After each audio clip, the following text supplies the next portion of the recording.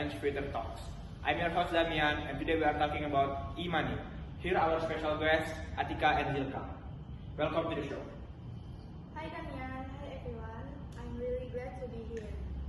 Hello, thanks for having me. I'm excited to join this conversation.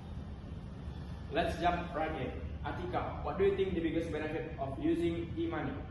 For me, it's convenience. I don't need to bring a lot of cash. With just my phone, I can pay anywhere. Restaurant, shop, even public transport.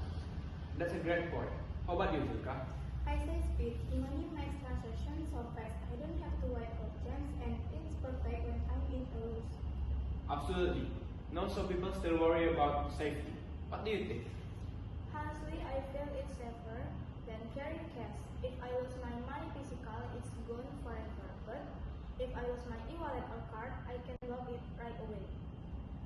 I agree. Plus, e-money apps use things like PIN code, Face ID, or even fingerprints that makes it more secure.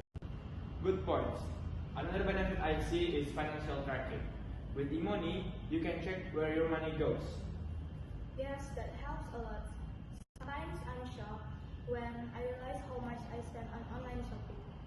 Same here, but at least it makes us more aware of our habits.